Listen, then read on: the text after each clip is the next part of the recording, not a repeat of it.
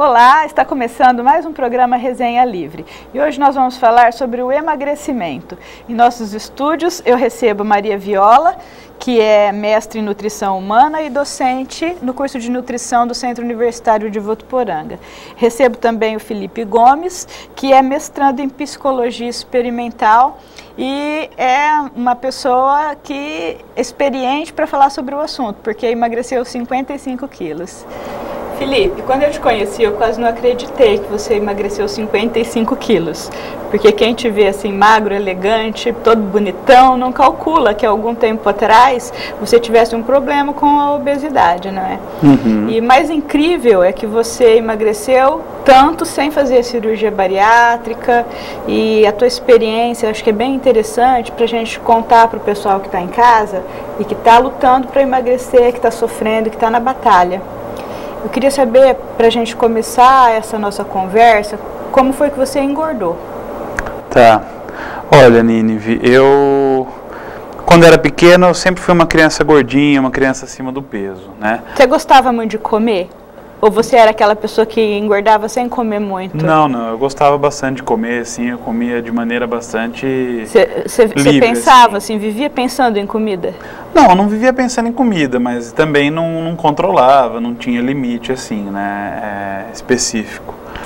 E aí eu fui me tornando uma criança gordinha, fui crescendo e tal, mas sempre uma criança gordinha. Eu me destacava na turma já por estar acima do peso. E tinha preferência por alimentos industrializados ou tinha... Olha, eu comia bastante coisa industrializada, porcarias, né, como a gente pode falar, que toda criança sempre gosta, né, bolacha, cachorro-quente, salgadinho, esse tipo de coisa. E trocava refeições por lanches? Sim, acho que com uma certa frequência, eu preferia lanches e salgadinhos, coisas desse gênero, do que comida, arroz, feijão, prato salada, de comida. Legumes. Quando a coisa acontece com a criança é muito complicado, né? Porque a criança, ela não tem aquele entendimento de que aquilo prejudica a saúde. Então, quando a mãe começa a pegar muito no pé, eu já vi casos, assim, relatos de pessoas que tiveram um problema no seguinte sentido: a mãe começa a falar, filho, você não come, não é para comer, a criança começa a se sentir rejeitada. Ela não tem bem aquele entendimento. Então, é muito difícil para a mãe, para a família, lidar com a criança que está gorda ou que está num processo, né, desenvolvendo essa obesidade, e acho que precisa até de um acompanhamento. Não sei, Maria, você concorda? Porque a criança se sente rejeitada. Que a mesa vira um inferno, né? Lógico que precisa de um acompanhamento, dependendo do caso, inclusive um acompanhamento com psicólogo, que é super importante para a orientação. E um acompanhamento com nutricionista, sem dúvida. Mas eu acho que o que tem que ser trabalhado é a família e não a criança, como uma ilha na família. Tá? Então tem que ser trabalhado todo o hábito familiar, porque se aquela criança ela está comendo produtos industrializados ou ela tem um hábito alimentar errado, onde é que ela aprendeu esse hábito alimentar? Foi geralmente com a família. Mas também tem duas coisas. Até outro dia a gente estava fazendo um estudo sobre a publicidade infantil. E aí nós acabamos caindo num vídeo que trata justamente do problema da obesidade relacionada ao consumismo propiciado pela mídia, né? Então aquelas coisas dos alimentos com personagens, essas coisas que as crianças acabam querendo comer, e o apelo, né, das grandes lanchonetes, das marcas. Então também a criança, ela vive num universo ou num contexto propiciado pela mídia que incute como valores como sendo gostoso, aquele lanche que vem com o brinquedo. Também existe toda uma pressão. Acredito que a família é o lugar principal. Mas, aí é que fora da família também existe toda uma pressão das multinacionais que fabricam essas guloseimas que são deliciosas, né? Na verdade, a gente gosta, porque gordura e bacon é uma delícia. Eu concordo, mas aí é que entra o papel da mãe, principalmente da mãe. Quem é que autoriza, quem é que compra com frequência isso? Porque uma coisa é comprar esse produto industrializado que não é nutritivo, que não vai fazer bem para a criança, esporadicamente. Porque o problema é a regra, não é a exceção.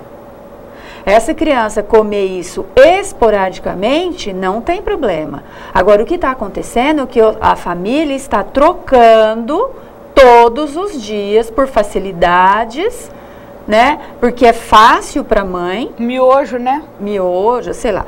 E macarrão instantâneo é uma coisa que é fácil para a mãe e para a família. Esses produtos, né, fáceis, tem aí uma gama enorme em qualquer esquina, você compra qualquer produto dessa linha e tá pronto, é só abrir, não tem dificuldade nenhuma, não tem que lavar, não tem conservação.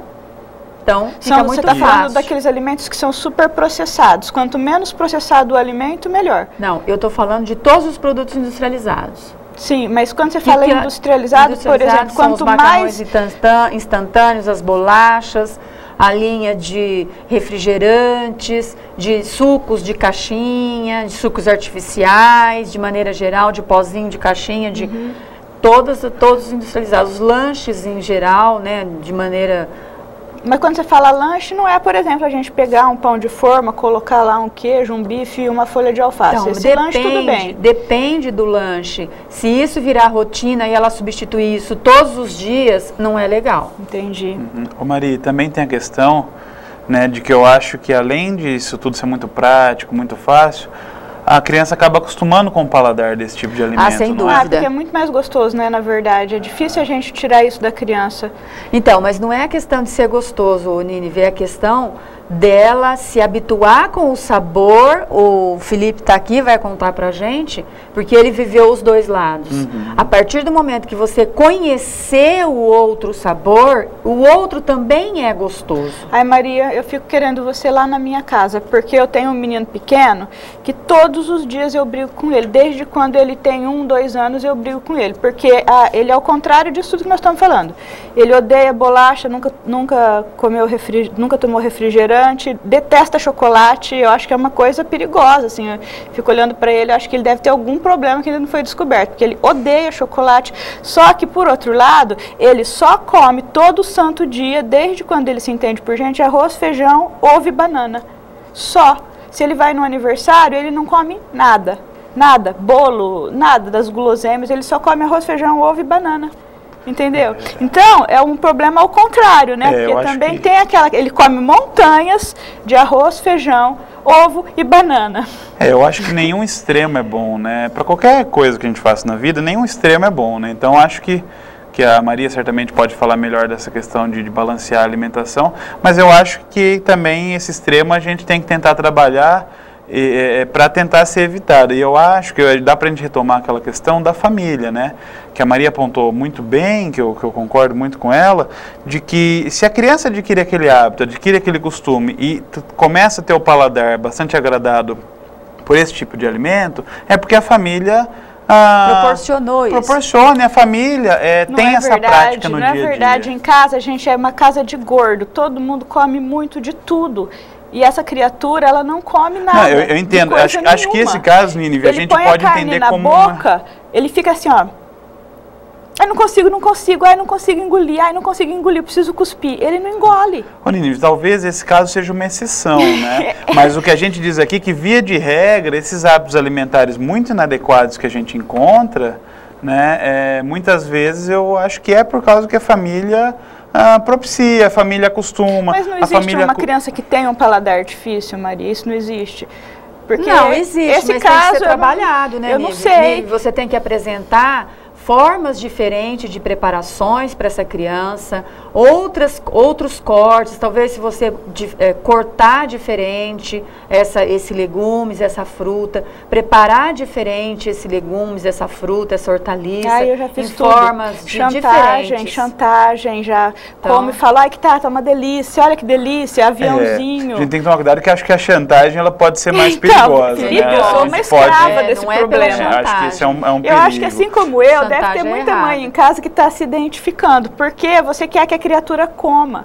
Aí você faz, por exemplo, brócolis. O maior problema na minha vida é por causa do brócolis, porque eu quero que ele coma pelo menos brócolis, ou pelo menos tomate. Então aí ele fala, não, então tudo bem, então hoje eu vou comer alface. Aí ele coloca uma folha, e aí aquela luta, todo santo dia, aí ele mastiga, faz careta. E a gente vai se desgastando e começa a ser um problema na relação isso. E desde bebê, você punha as coisas na boca dele, ele não engolia. Então, carne ele odeia. Então, eu acho que você deveria procurar ajuda, orientação de um nutricionista associado a um psicólogo. Então, psicólogo eu já levei, mas nutricionista eu nunca levei. Tem que procurar. Nutricionista talvez também, para aliar o trabalho dos associado ao hábito da família. A nutricionista vai trabalhar com o hábito familiar, com certeza. Então, mas lá em casa tem esse que não come nada e tem as outras pessoas que comem de tudo. A gente tem toda uma descompensação. Mas é uma questão de trabalhar a família. É toda uma descompensação. Então, e aí de repente difícil, trazer mais equilíbrio para os dois lados. Eu já levei no nutrólogo, não levei em nutricionista, mas já levei em nutrólogo. Eu sei tudo que tem que fazer, ele sabe, a gente conversa, explica. Então agora vamos lá, vai dar tudo certo. A hora que a criatura começa a mastigar, começa a fazer careta e não come. Mas, Nínive, às vezes, Nínive, trazer um equilíbrio, então, para essa relação, porque você falou, a gente tem bastante gente com hábito mais gordo e ele come só aquele tipo de alimento. Então, de repente, trazer um equilíbrio. Vocês também passarem a comer coisas mais saudáveis, coisas mais variadas, e aí também vocês estão estabelecendo um modelo para que ele também possa comer dessa forma. E tem todo um outro lado de cada fase da criança. Cada fase da criança, ela tem um paladar. Então tem fase que eu ia te perguntar. Não gostam de coisas mais molhadas. Não tem isso mesmo que vai mudando o paladar? Tem a fase que a criança gosta de coisas mais, que a gente fala de finger foods, que é de pegar com a mão. Então por isso que eu falo, você precisa de buscar ajuda e que as pessoas vão te orientar à questão da fase em que ele está vivendo. Está muito associado também ao emocional, entra aí o psicólogo, tá? As crianças, elas associam muito o que a professora fala, então, porque a professora, dependendo da fase da criança, da idade. Então, tem uma fase que o pai e a mãe é o ídolo, então, o que o pai e a mãe come, ela come ou não come. Tem uma fase que a professora é o ídolo. Então, se a professora da escola fizer algum comentário que ela não come algum alimento saudável, esquece, porque ele não vai comer, se ela for o ídolo dele. Entendeu? Se o coleguinha da escola que ele mais gosta é um amiguinho, que tem aquela fase, você é meu amigo, você é minha amiga. Então, o meu amigo come aquilo que eu não gosto, mas eu gosto muito do meu amigo, ele passa a comer aquele alimento. Só que também tem o contrário, tá? O Felipe, que é psicólogo, pode explicar melhor isso. Também tem o contrário. O meu amigo que eu mais gosto, ele come uma coisa que eu gosto muito, ele não come uma coisa que eu gosto muito, eu deixo de comer aquilo, porque eu gosto do meu amigo, então ele não come, então eu também não como. Ai, que complicação, gente. Quando eu era criança, eu simplesmente botava aquela montanha dentro da tigela e mandava ver de tudo, sempre gostei muito de comer. Mas as crianças se identificam muito com os comportamentos dos colegas, dos pares, né? Então, é até por isso que às vezes... Mas as crianças todas comem Cheetos, por exemplo, na hora do intervalo. Eu falo, leva dinheiro, compra um salgadinho, meu filho. Ele não come. Ele não come. Eu acho que a gente está falando aqui de um caso muito específico esse, Nínive. Talvez seja por isso. Mas as mães são muito desesperadas, porque cada uma tem um problema, Felipe. Eu não conheço nenhuma mãe que é contente com a alimentação do seu filho. Não, sim. E acho que eu e a Maria, a gente está falando de algumas regras mais gerais, que a gente tem que considerar quando a gente está pensando em hábitos, em comportamentos de uma maneira geral e especificamente em hábitos alimentares, que é o que a Maria entende mais. Sempre tem uma conexão assim com alguma questão psicológica ou existe mesmo paladar variado? Não, existe na maioria das vezes, quando tem algum problema, existe uma conexão com o emocional. Maria, e a questão da obesidade genética? Por exemplo, a criança não come muito e engorda. A gente vê que tem gente que nem come tanto e engorda. Tem alguns estudos mostrando hoje que a genética pesa, sim, eu concordo com você que pesa, mas o ambiente em que ela vive pesa mais. Então quer dizer que não é tanto em função da genética, mas é porque naquela família todo mundo é gordo porque todo mundo come muito. Come. Ou come muita porcaria, come, porque é o hábito. Não é tanto associado à questão da genética. Inclusive, na fase da adolescência, você pode observar que tem adolescentes, se ele tem um hábito alimentar bom, e ele tem um grupo de amigos que tem um hábito ruim, ele muda para o hábito ruim e começa a ganhar peso. O inverso também acontece. Mas a gente vê também, Maria, e eu acho que isso é inegável, tem gente que come que nem um boi e não engorda. Eu acho que aí o componente genético realmente existe, tem metabolismo, né? Mas você também tem que associar o que essa criança come, o que ela come e qual o tipo de atividade que ela faz. Porque às vezes, mesmo dois irmãos comendo os mesmos alimentos, que você acha que ele come os mesmos alimentos, mas se você observar mesmo, ele não come nem a mesma quantidade, nem as mesmas coisas que o irmão come. E a atividade física de um é diferente da outra. Não sei se o Felipe concorda com isso. Não, eu concordo plenamente. Eu acho que, ainda mais tendo passado por essa experiência, agora eu reparo mais, não só no meu próprio comportamento de agora e de antes, mas no comportamento dos outros. Muitas pessoas vêm me pedir dicas, falam, olha, o que eu faço? Como é que eu emagreço desse jeito? Mim é meu ídolo. E aí você começa a perceber que de fato tem isso. A pessoa às vezes fala, mas eu como só um pouquinho, eu já engordo. Mas aí você vê o que a pessoa come, basicamente doce, farinha branca, muito carboidrato, muita coisa que engorda, que é absorvida rapidamente pelo organismo. Carboidrato refinado, porque não é a questão do carboidrato, não é a questão de tirar totalmente o carboidrato, né? Que a gente estava conversando aqui antes, e o Felipe, ele trabalha bastante na minha linha também, é o que eu trabalho, a gente pensa bem igual, né? Então, desculpa de te cortar. Sim, não, foi bom que você falou, porque às vezes parece que a gente falando de cortar o carboidrato. Não, que bom que você deu esse toque. Mas que você vai ver, a pessoa come muito doce, muito açúcar, muita coisa gordurosa. Farinha branca, né? Pouca coisa saudável. Por que a gente fica tão feliz, Maria, quando a gente come gordura? Porque eu fico numa felicidade imensa, assim, se eu comer um bacon, um torresmo, dá sensação um chocolate, de prazer, eu fico muito feliz, me dá uma alegria infinita. Isso aí é uma coisa assim, está relacionada à química, ou é porque eu fico feliz mesmo porque eu gosto de comer aquilo? Porque o seu cérebro pede. O meu pede muito. O meu cérebro pede, grita. E o que ele mais não quer, o que mais o seu cérebro não quer é a mudança. Não quer. O meu não está querendo de jeito nenhum. Então você tem que procurar ajuda para a pessoa te orientar já fui, ao que você faz, Maria, mas eu não tenho a tal da força da vontade. Bom, aí eu acho que assim, o maior problema da pessoa que está acima do peso, o que é? Ela sabe que ela precisa emagrecer. Ela já fez os exames, ela está com problema, ela tem gordura no fígado, às vezes ela está pré-diabética, né? Ela já está sabendo, ela já foi nos médicos, ela sabe que ela precisa, mas daí a ter o desejo firme de emagrecer, vai uma distância, não vai? Nós estávamos conversando com o que aconteceu com o Felipe, né, Felipe? Quando que você falou assim, agora eu desejo emagrecer? Nini, foi de repente? Foi, na verdade, de repente, assim, foi mais primeiro por uma questão de saúde, mas na verdade o risco de saúde eu já tinha há um bom tempo, então não posso dizer que foi assim, de repente alguma complicação aconteceu e eu fui fazer isso. Não, eu tinha gordura no fígado, eu tinha um risco de desenvolver diabetes, mais pra frente eu ia ter outras complicações, certamente com aquele peso, aquele tamanho, aquele tanto de gordura, né? Mas aí, de repente, eu... conversando com um amigo meu que é personal, ele entrou para uma academia lá que estava abrindo e tal, falou que ia trabalhar lá, de repente eu pensei, eu poderia fazer uma academia. Mas não ficou apaixonado, nada? Porque a gente quando fica apaixonado emagrece, né? Tem sempre assim um reforço. Não, na verdade eu namoro... Uma motivação extrínseca, né? Não, na verdade eu já namoro há muitos anos, então eu passei... A mesma moça? Sim. Então, eu passei esse processo todo, né? A gente ficou a maior parte do tempo, eu bastante obeso, né? E só agora que eu passei por esse emagrecimento. Então não foi nada de paixão que fez eu mudar assim. Mas aí me deu uma vontade de começar uma academia, começar a comer menos. Mas do nada, sem nenhum fato, porque às vezes a gente leva um susto, né?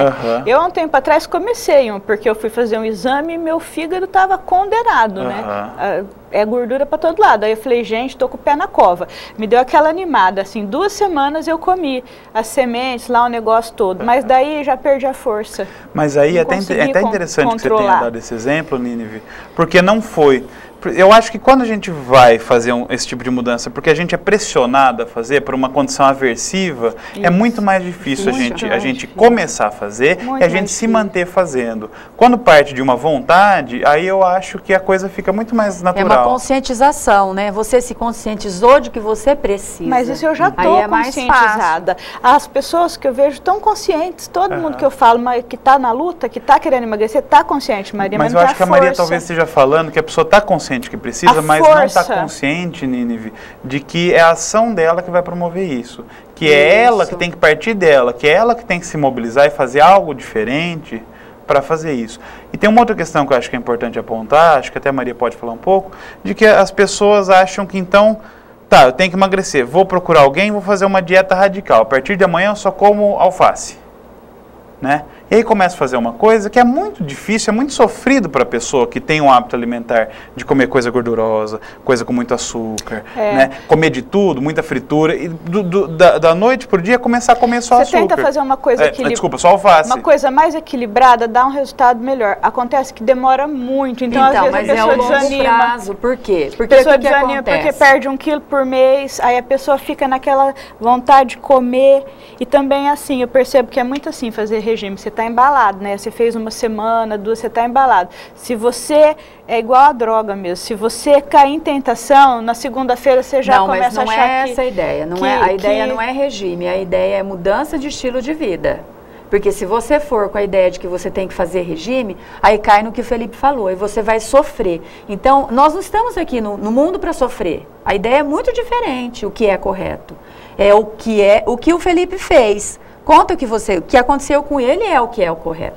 Conta como que foi, Felipe. Eu comecei, assim, logo de início eu fui para academia e comecei a comer menos. Eu reduzi as quantidades do que eu comia e comecei a comer de 3 em 3 horas, né? Mas todos os alimentos que eu já comia, nada assim novo, diferente. Menos, em menor quantidade. Quantidades bem menores e comer de 3 em 3 horas. E fazer o exercício te motivou mais? Depois que você começou a se exercitar, você ficou mais animado? Sim, para comer menos? Sim, eu acredito que sim, até porque o exercício ele libera uma série de hormônios, ele dá prazer ao exercício, ainda mais depois de terminar, e ele modifica fisiologicamente o corpo da gente, né? Esse é um primeiro ponto. E psicologicamente, eu acho que também você se sente mais ativo, você sente que você está se esforçando para mudar a sua condição. Poderia dizer que você encontrou prazer em um outro lugar? Que o exercício te dá prazer e aí você consegue compensar? Sim. Quando o resultado do seu esforço, quando você percebe o resultado do seu esforço, fica muito mais fácil você se manter fazendo uma coisa nova, uma coisa diferente, né? Porque você percebe quanto é difícil você fazer aquilo, então você dá mais valor. Então, se você fica só nessa dieta, sem fazer o exercício, ou querendo fazer uma coisa muito sofrida, que é só comer alface, ou só comer porções mínimas, não comer quase nada, né, é muito sofrido, é muito aversivo para você fazer aquilo. Ou tirar um grupo inteiro de alimentos, né? Tem gente fazendo isso, tira totalmente o carboidrato, come só carne, ou come só fruta, não come carne, é complicado, porque você não vai viver a vida toda assim. Eu quero perguntar para você, Maria, daqui a pouco sobre essas dietas malucas aí, né, que a gente faz. Eu sempre adoro uma nova, compro o livro, tudo, implanto aquilo por 3 dias e aí desisto. Mas a gente vai ter que dar uma pausa porque já chegou na hora do intervalo. Então nós vamos dar uma pequena pausa e daqui a pouco a gente volta, não saia daí.